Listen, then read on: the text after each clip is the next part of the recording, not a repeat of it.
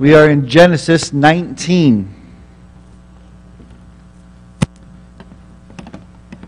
Genesis 19. I was telling the deacons before we came in here that this is a hard chapter to teach through. In fact, if a church usually doesn't go through the Bible like we do and try to go through it systematically, this chapter is hardly ever touched on, unless it's to remind people that the days will be like Sodom and Gomorrah towards the end. And so we're going to look at this one, and we're going to just look at basically the full depravity of humanity on display. This is one of the toughest chapters in the Bible. The wickedness described in here, as well as the catastrophic judgment that falls on Sodom and Gomorrah, is gruesome, to say the least. Martin Luther once said that he could not read this chapter without feeling a deep revulsion. As we read through it, you'll probably feel the same. But we're going to go through it because it has some important lessons to learn. In fact, I'm just going to give you a lesson right out of the gate.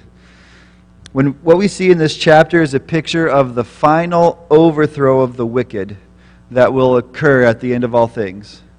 And we'll also see a picture of the saving of the righteous that will happen at the end of all things. So this is kind of a preview of things to come almost. So let's start in verse 1.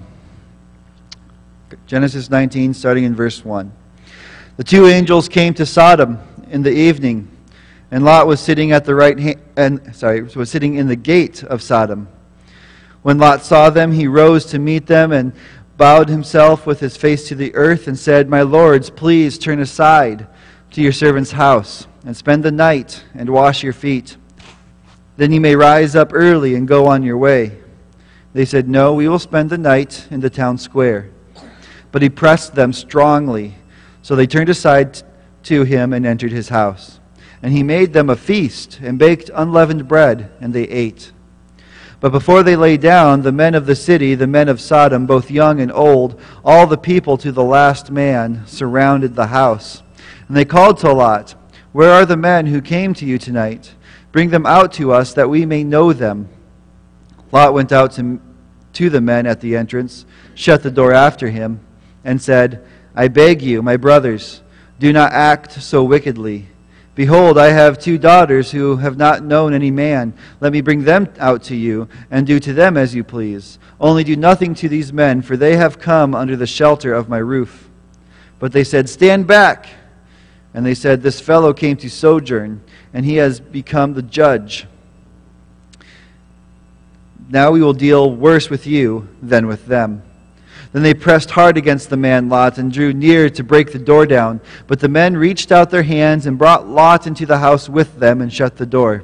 And they struck with blindness the men who were at the entrance of the house, both small and great, so that they wore themselves out, groping for the door. Then the men said to Lot, Have you anyone else here, son-in-laws, sons, daughters, or anyone you have in this city?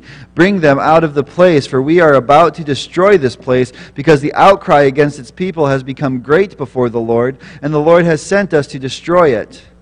So Lot went out and said to his son-in-laws who were to marry his daughters, "Up, get out of this place, for the Lord is about to destroy the city." But he seemed to his son-in-laws to be jesting. As morning dawned, the angel urged Lot, saying, "Up, take your wife and your 2 daughters who are here, lest you be swept away in the punishment of the city." But he lingered.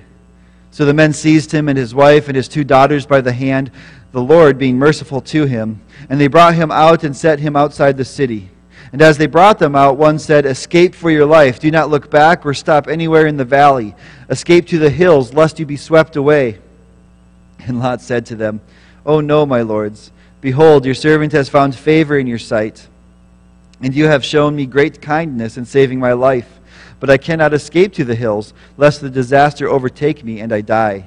Behold, this city is near enough to flee to, and it is a little one. Let me escape there. Is it not a little one? And my life will be saved." He said to him, "Behold, I grant you this favor also, that I will not overthrow the city of which you have spoken. Escape there quickly, for I can do nothing till you arrive there." Therefore the name of the city was called Zoar. The sun had risen on the earth when Lot came to Zoar. Then the Lord rained on Sodom and Gomorrah sulfur and fire from the Lord out of heaven.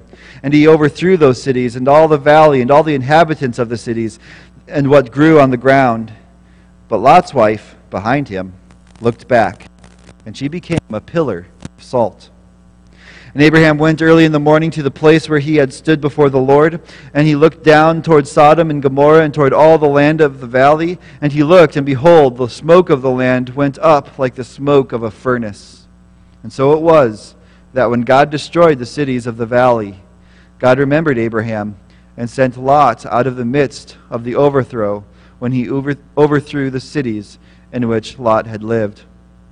Now Lot went up out of Zoar and lived in the hills with his 2 daughters, for he was afraid to live in Zoar. So he lived in a cave with his 2 daughters. And the firstborn said to the younger, "Our father is old, and there is not a man on earth to come in to us after the manner of all the earth. Come, let us make our father drink wine, and we will lie with him, that we may preserve offspring from our father."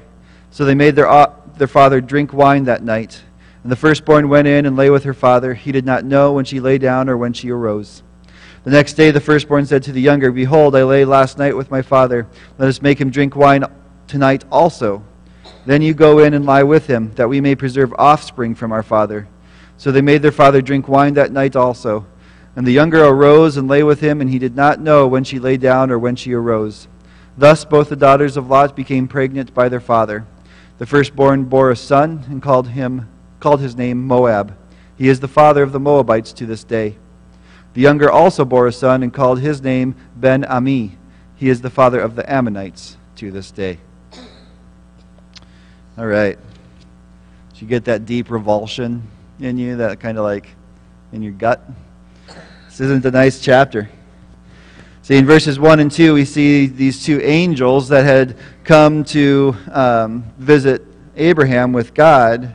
They're the same 2 who went to Sodom. And as Abraham stayed behind to talk to God. So arriving in the evening, since they had left Hebron in late afternoon, it means they covered a distance of about 35 miles in 6 hours. That's about half the time that a normal person could do it. Okay, we tend to walk at about 3 miles an hour. It would take us about 12 hours to get there. So visitors in this town didn't happen as often back then. Okay, we could go out to Sioux Falls right now and be back in 3 hours, doing whatever we wanted to do there. We could visit a town, be back really quick. It didn't happen as often back then because they had to walk to places, they had to ride to places, they traveled much slower. Now the gate of the city is where Lot is at the time, and that was a common place for the elders of the city to be in that day. So legal matters would be settled there, transactions, bargains would be made, the news of the city and the area would be discussed.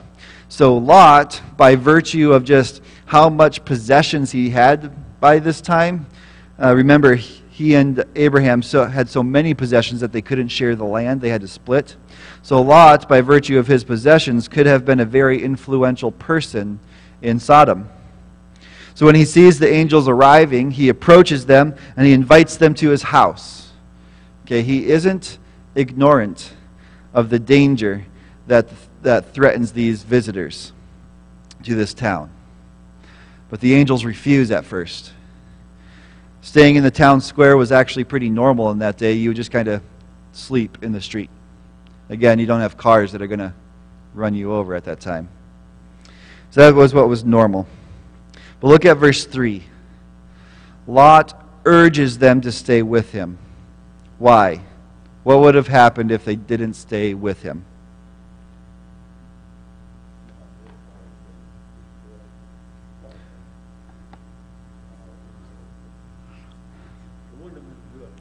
It wouldn't have been good.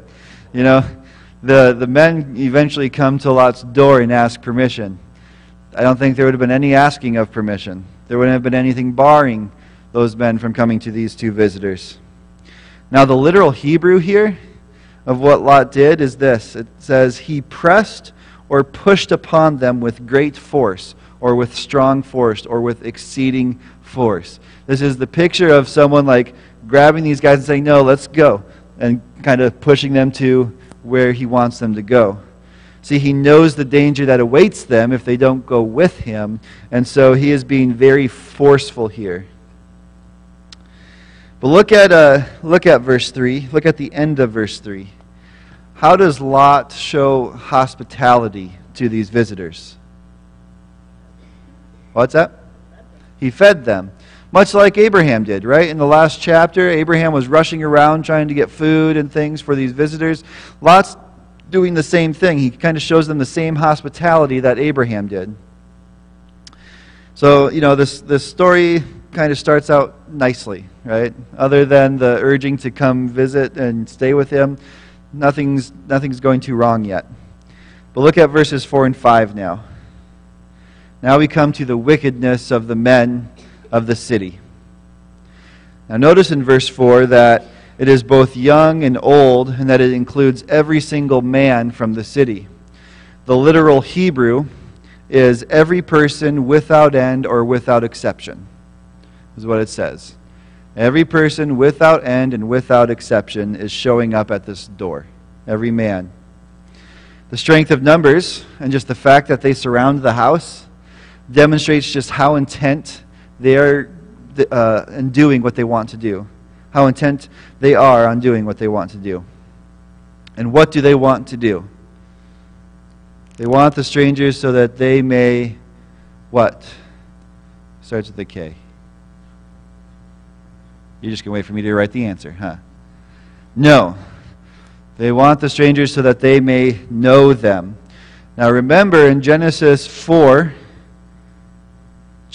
chapter 4, verse 1, we see that Adam knew his wife Eve, and that eventually led to Cain and Abel. Remember that this word was also used in Genesis 6, verse 2. When the sons of God came into the daughters of man, it said they took them as their wives. So in Genesis 4:1 we see the word know. In Genesis 6:2 it's the same Hebrew word, but this time it's translated took, implying there wasn't an option. So the sons of God saw that the daughters of man were attractive, and they took them as their wives. Took is that same word for know in Genesis 4:1. And so here we see a further devolving of humanity. In Genesis 19, verse 5, the last one I want to put up here, we see the same word, know, but it's even more perverse. What was meant for good, what was supposed to be good between a husband and wife, became violence in chapter 6 and became just utter depravity in chapter 19. But look at the courage of Lot. Look at verses 6 to 8. Look at the courage of Lot. Every man in the city is there. They surround this house. They want to do despicable things. Lot goes out to meet them. He faces the mob alone after he shut the door behind him and to protect his guests. And he addresses them. I think he starts out very well in verse 7. He says, I beg you, my brothers, do not act so wickedly. I mean, that's a good start, right? Strong start. That's what you want to say to people like this. But then he continues on in verse 8. Lot attempts to overcome sin by sin.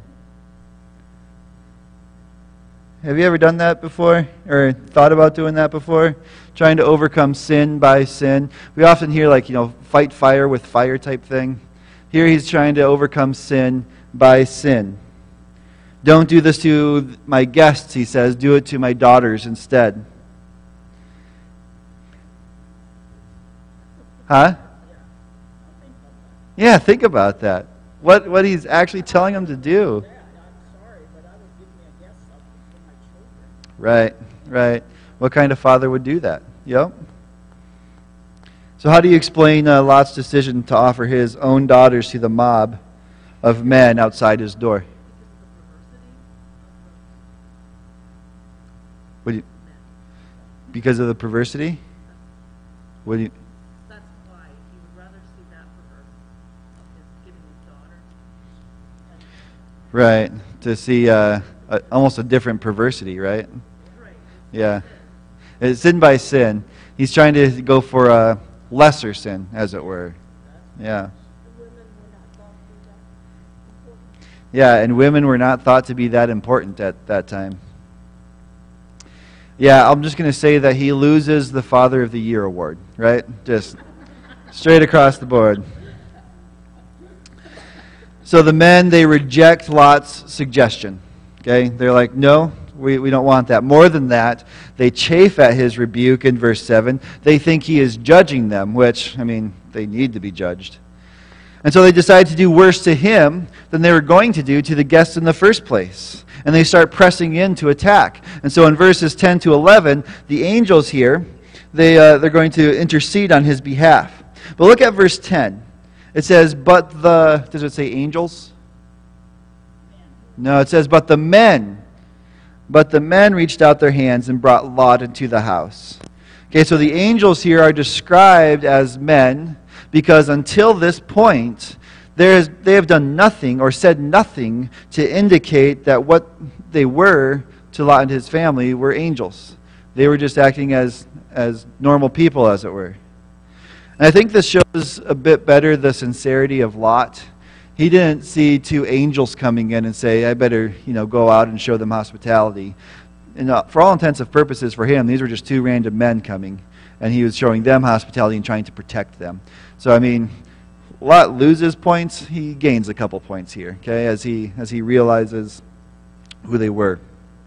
So they save Lot and they strike the men with blindness.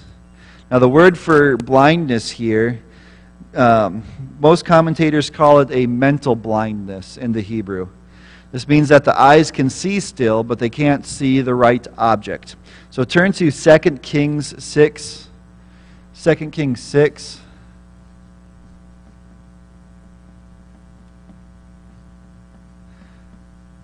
I wonder if I got the right one. 2 Kings 6, 18 to 21.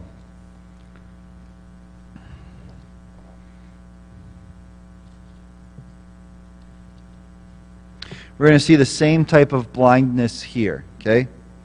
2 Kings 6, verses 18 to 21.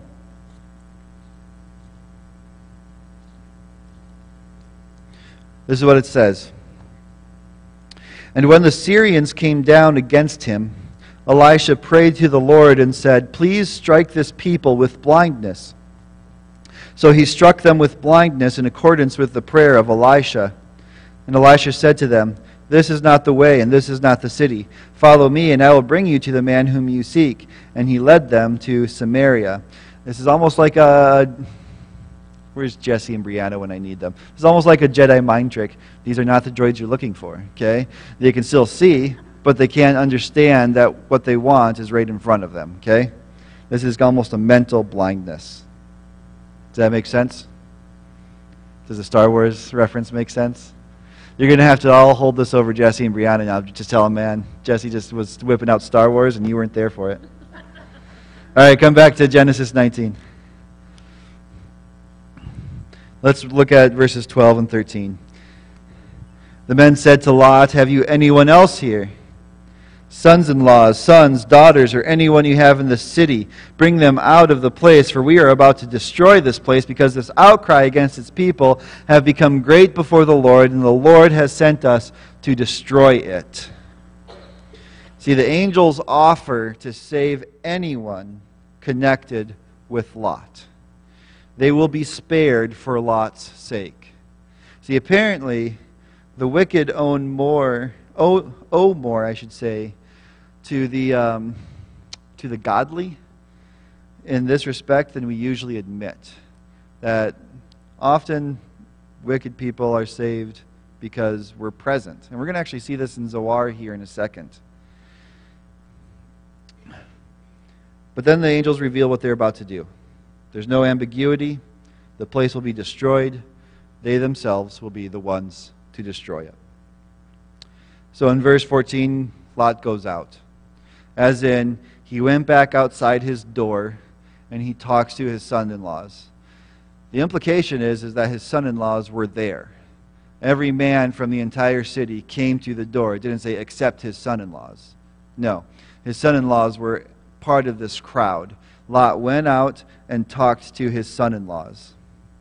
So that wouldn't be another Best Father of the Year award again there, right? When you're like, hey, son-in-laws to my daughters who were right here wanting to do this despicable thing. But yeah, so he warns them about what is going to happen, and they think it's a joke. What does the reaction of Lot's son-in-laws to his warning just tell us about their character? Look at their reaction to Lot. What's that tell us about him? What's that, Rhonda? No respect? Yep. Definitely no respect. No fear of God? Definitely. I mean, those are the two main ones, right? No respect of Lot, no fear of God. They're not going to listen to what he's saying, this warning that he's giving them. So, yeah, for the daughters either. Yeah. Yep, so now the angels urge Lot to get out, but he lingers. Lot starts to become very frustrating here, okay? Why do you think Lot hesitates to leave Sodom?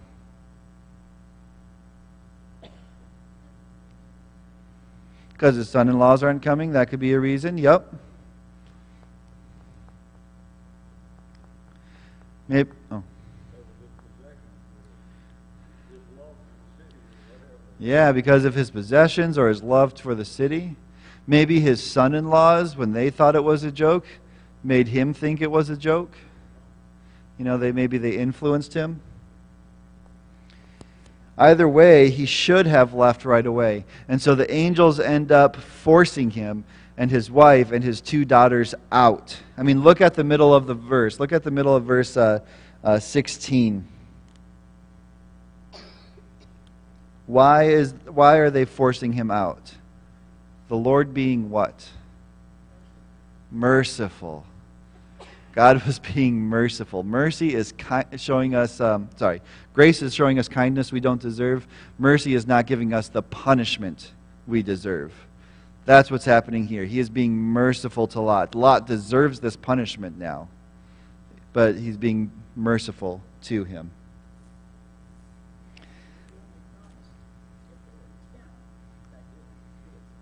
Yeah, God only promised that if there were 10 that he would spare the city. He hasn't even really found 4. I mean, Lot is later, we looked at last week, Lot is later described as righteous. We're going to talk about that again today. But still, things aren't going well. Verse 17, the angels give him in this verse specific instructions. As they brought them out, one said, "Escape for your life. Do not look back or stop anywhere in the valley. Escape to the hills, lest you be swept away." All of this is very urgent in the Hebrew. If you knew the verbs and the grammar, it's very urgent. But again, Lot lingers. They have to be quick. Judgment is at hand. If he doesn't escape now, he will be swept away. But look at Lot's response in verses 18 to 20. He's being told, get out of here. You're about to die. And Lot's like, well, your servant has found favor in your sight. You've shown me great kindness in saving my life. I can't escape to the hills, lest the disaster overtake me and I die. Behold, this city is near enough to flee to, and it's a little one. Let me escape there. It's a little. Is it not a little one? And my life will be saved. It's kind of presumptuous on his part, isn't it? He does not seem to realize the situation he is in or the grace that God has already been showing him. He bargains for further consideration. He claims that the judgment that God is delivering him from will overtake him anyway. And so he begs to go to a tiny city. One commentator said this: "It almost taxes the reader's patience to bear with this long-winded plea at a moment of such extreme danger. Lot appreciated but little what was being done for him." I think that rings true here.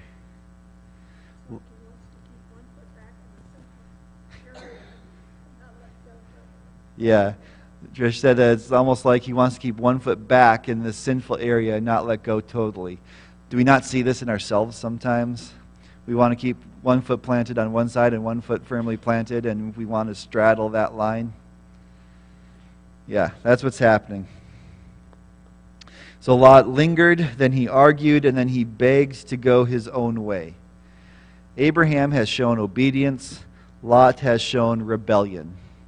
One commentator said that Lot's heart was in Sodom long before his body was. Look at verses 21 to 22. In more mercy and more grace, Lot's request is granted. I think this just shows great patience and mercy. And it's also interesting that this town that would be spared is because of Lot. It would have been destroyed if it were not for Lot's request. He says in verse 21, "Behold, I grant you this favor, that I will not overthrow the city that you have spoken." The plan was to overthrow that city too.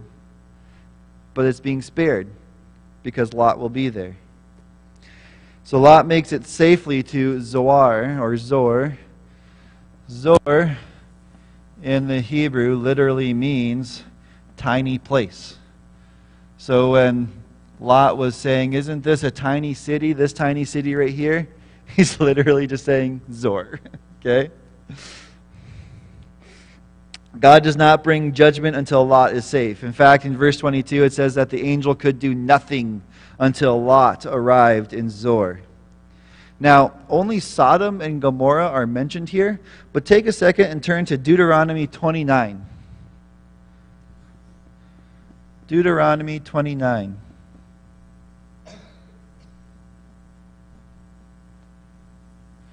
Verses, I think it's 22 to 23.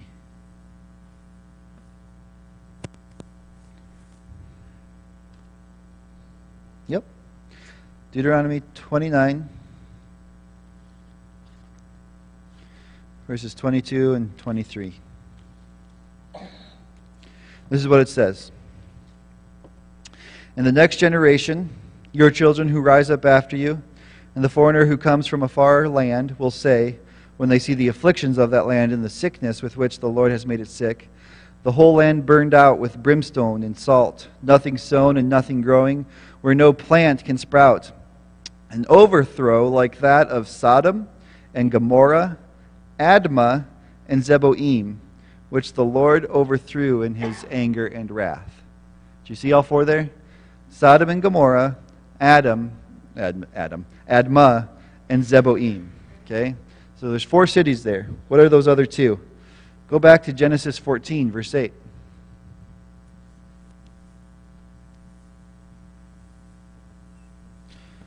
Remember when the 5 kings went up against the 4 kings? 14, verse 8. "Then the kings of Sodom, the king of Gomorrah, the king of Admah, the king of Zeboim, and the king of Bela," that is Zoar. 5 cities. In Deuteronomy, we see that 4 of them were overthrown. Back in Genesis 19, when Lot wanted to go to Zoar, and that wasn't overthrown because of Lot, all 5 of those were supposed to be overthrown. Isn't that crazy? There's actually, we always talk about Sodom and Gomorrah, hardly ever about Admah and Zeboim. It also shows up, I believe, in turn to Hosea chapter 11. I talked about this on Father's Day. Hosea 11, verse 8. This time, instead of mentioning Sodom and Gomorrah, God only mentions Admah and Zeboim. Hosea 11, verse 8, "How can I give you up, O Ephraim? How can I hand you over, O Israel? How can I make you like Admah? How can I treat you like Zeboim?" Okay? So when God is destroying Sodom and Gomorrah, He's destroying these 5 cities of the plain, save the one that Lot is now in.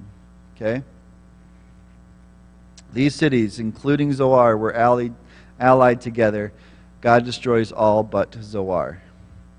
He rains down sulfur and fire. Look at your translation. Does your translation say that sulfur and fire came from the Lord?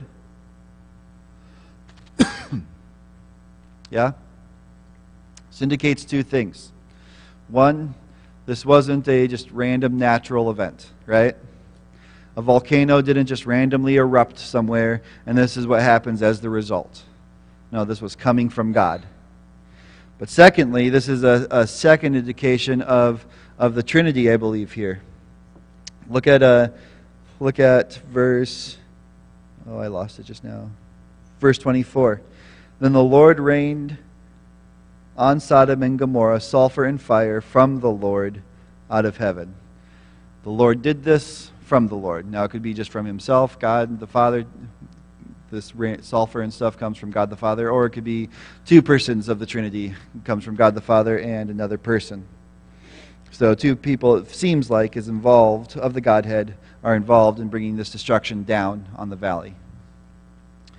Now, biblical scholars believe that this either brought the Dead Sea into existence, or it changed the sea changed a sea into the Dead Sea because of this disaster.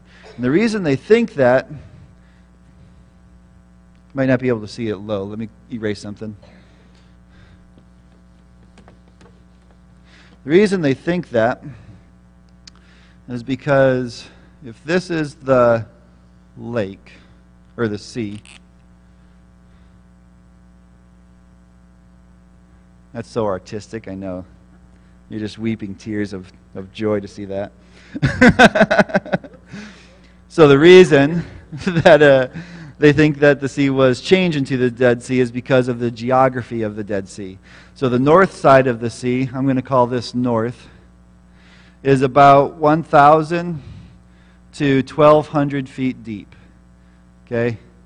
That big. 1,000 to 1,200 feet deep. But the south side is only about 16 feet deep. I'm just going to say 16 feet up here. And they think it's because the debris from Sodom and Gomorrah, as it was getting destroyed, started washing into the sea. So it kind of carved off chunks of what it was supposed to be. So they think the cities could have been destroyed, and then the debris filled into the south end and left the north end as large as it is. Now, we don't know that for sure, but I thought it was interesting enough to share with you. So, all right, let's finish up with through verse 29 before we leave here. Verse 26, Lot's wife looked back. Okay, in verse 17, the angel says, "Get away from here, don't look back." But even though she had almost escaped, she let her vigilance relax. So do you think that she looked back for pity or for longing or out of curiosity? Is there a reason that you think she looked back? Longing? Missing it? Wanting it? Yep. Yeah. Otherwise she wouldn't have been destroyed. Yeah. So they don't think that she would have been destroyed if she didn't look back for longing, you know. Although I would say if anytime you disobey God for whatever reason, I mean, that's reason enough, right? Yeah. Take a second, little grace. Take a second and look at Luke 17. And you know what? We'll stop here for the night and we'll finish up the rest after this next week, okay? Or the week after. But Luke 17, verse 28 to 36. This is Jesus talking to his disciples. He's talking to them about the end times. Luke 17, starting in verse 28. Likewise, just as it was in the days of Lot, they were eating and drinking, buying and selling, planting and building. But on the day when Lot went out from Sodom, fire and sulfur rained from heaven and destroyed them all. So will it be on the day when the Son of Man is revealed. On that day let the one who is on the housetop with his goods in the house not come down to take them away. And likewise let the one who is in the field not turn back. Remember Lot's wife. Whoever seeks to preserve his life will lose it, but whoever loses his life will keep it. I tell you, in that night there will be two in one bed. One will be taken and the other left. There will be two women grinding together. One will be taken and the other left. And they said to him, Where, Lord? He said to them, Where the corpse is, there the vultures will gather. Here we see Jesus referencing Sodom and Gomorrah to describe the end times. And here's a few basic takeaways. He doesn't describe Sodom and Gomorrah's wickedness. He describes their obliviousness. They kept going like they'd always been going until the day of judgment. Judgment was swift and complete. That's how it's going to be when Christ comes back. On that day, we should completely abandon all of our worldly things. It says the farmer shouldn't look back to the field. The person shouldn't look to the goods in his house. They're gone. Don't even worry about them. Christ has come again. And finally, Jesus will only take certain people with him, those who believe in him. Proximity to a believing person won't save you. I mean, he's literally saying you can sleep in their same bed, but one will be taken and the other one will be left. So let's answer our question. Why did Lot's wife look back? Well, Jesus says in verse 32 to remember Lot's wife. The context of that, right before it, was a person was worried about their stuff and wanting to take it with them. And right after it, a person who wants to preserve his life and will lose it.